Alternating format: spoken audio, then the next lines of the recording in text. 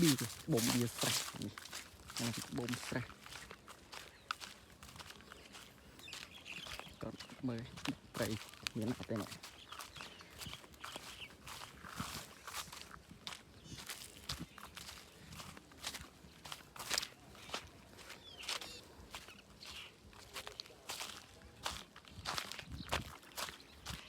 cây trời đó mà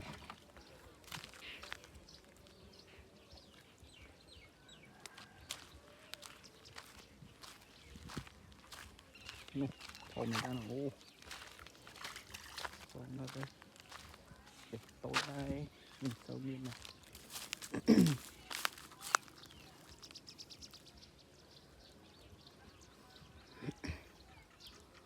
thầy sầm rác lên tích để chân này nó bông xanh